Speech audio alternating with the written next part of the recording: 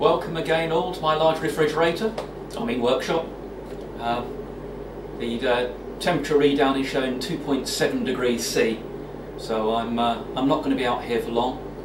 I did come out yesterday, Saturday, and do a little bit of work. I had the heater on for a couple of hours, so that was about 9 kilowatt hours of electricity. But I went and raided my scrap pile, and when I mean scrap pile, I mean the pile that's actually there for meltdown when I finally get the foundry up and running. But I found a bit of black anodised aluminium plates. Oh, it'd be about 8mm plate from a scrap scientific instrument, and I chose the bit that had the fewest number of original holes. But I did a little band sort of file work, drilled and tapped some holes, and this is the base plate to hold the drill grinding attachment. So we'll go over to the other camera on the bench. Well, we'll go over to the bench, I might use the same camera, and I'll assemble the grinder and show you how it all turned out and how it works. Okay, well here's the basic arrangement. This is designed to go on top of the pedestal stand. I would cut some more of this plate to make some spaces under the back. So these are just riser blocks for the grinder. At the moment there's not a lot of support behind, so it's not as rigid as would be ideal, but it works. And just drop the grinder on top.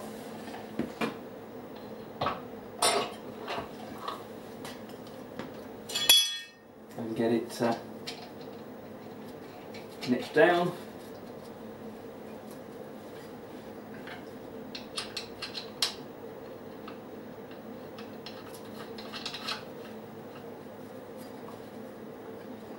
Now the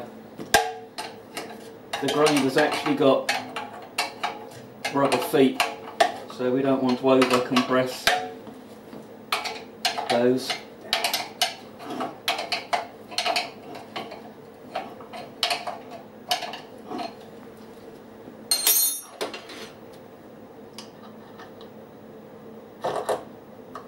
We can get things mounted up, and we got the feed mechanism.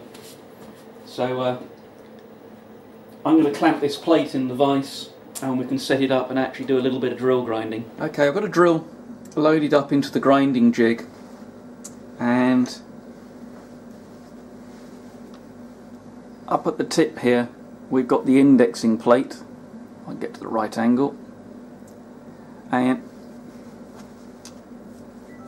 we want to get the chisel point at the right angle compared to the cutting lip, and you do that by the amount of extension beyond the index plate. Now the original instructions here suggest that for between 1/4 and 1/2 inch diameter it should be 3/32 of an inch. So we'll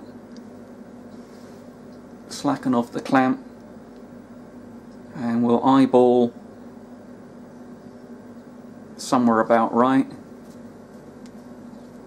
Do up the clamp, and now I'm going to use this rear support, bring it up and lock it.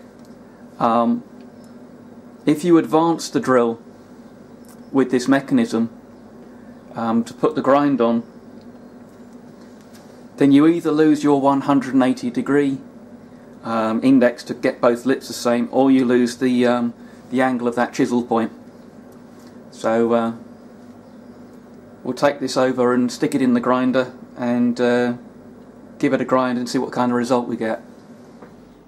Now, this is going to be a little awkward trying to work around the camera. But we've got the jig set up, and just out of shot down here is the slide. Let's go a little wider. So you can just see the end of the slide. So I'm going to start the grinder and just advance the drill, the slide until the drill touches.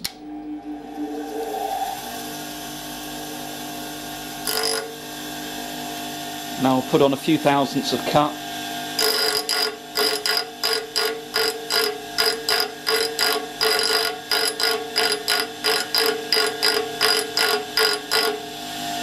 And then we'll flip the drill 180 degrees.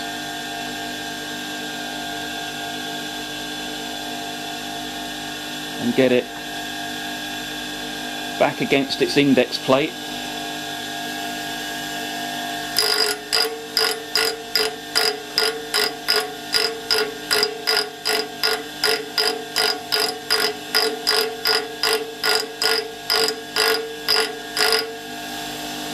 And then we'll advance a few more thou.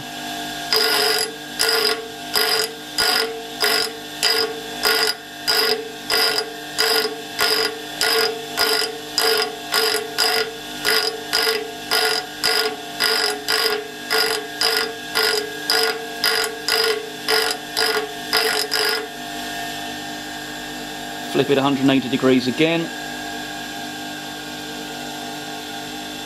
There we go.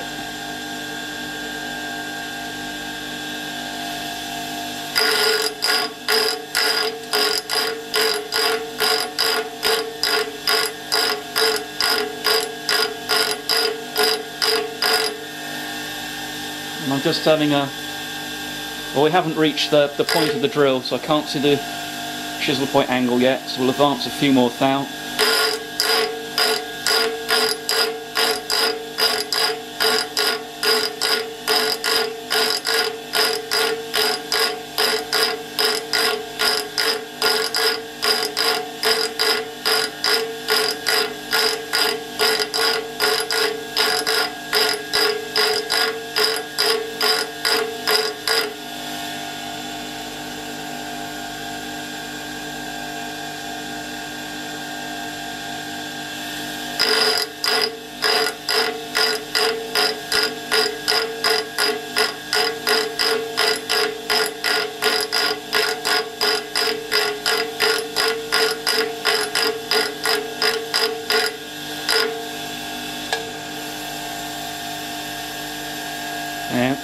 We'll have a look at how we're progressing, and we still haven't quite reached the point of the drill yet.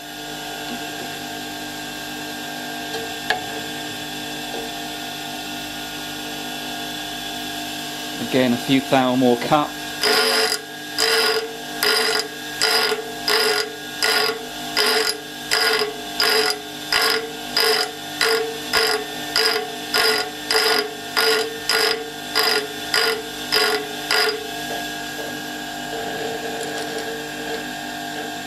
Flip it 180.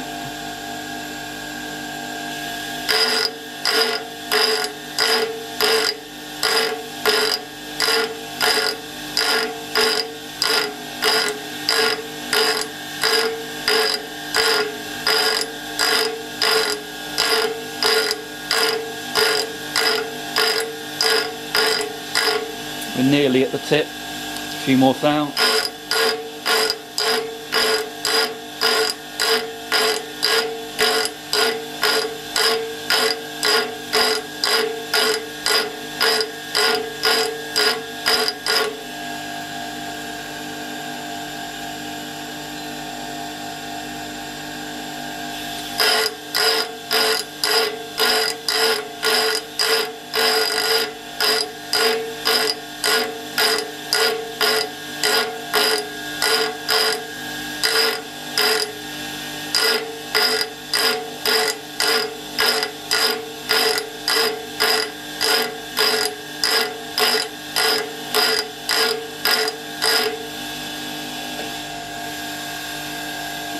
And well, the chisel point is looking okay, so we'll put the jig back in, advance a few more thou, and I'll do a finish grind.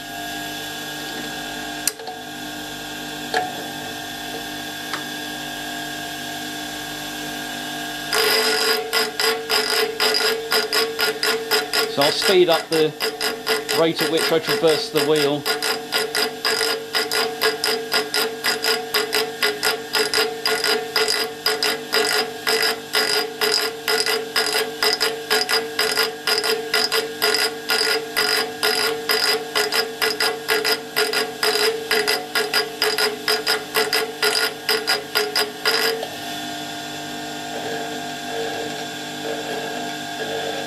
Oh,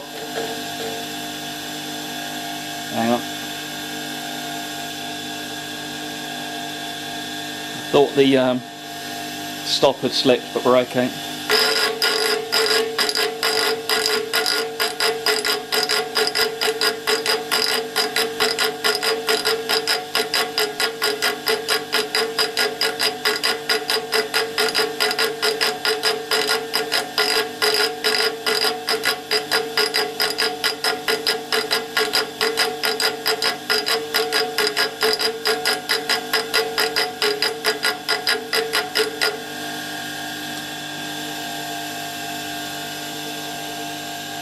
And I think we have a pretty reasonable looking grind on there.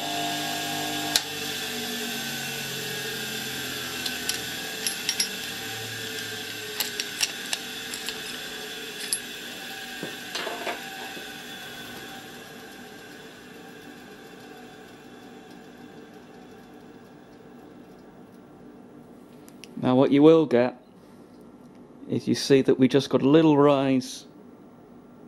Let's see if I can get a little closer. There's a little rise in here. So sometimes you have to take it up to the wheel and just manually grind a little bit of secondary clearance on there. But overall that works pretty well. And by having the slide here that allows you to advance the grinding jig into the wheel, you can make these jigs work pretty well.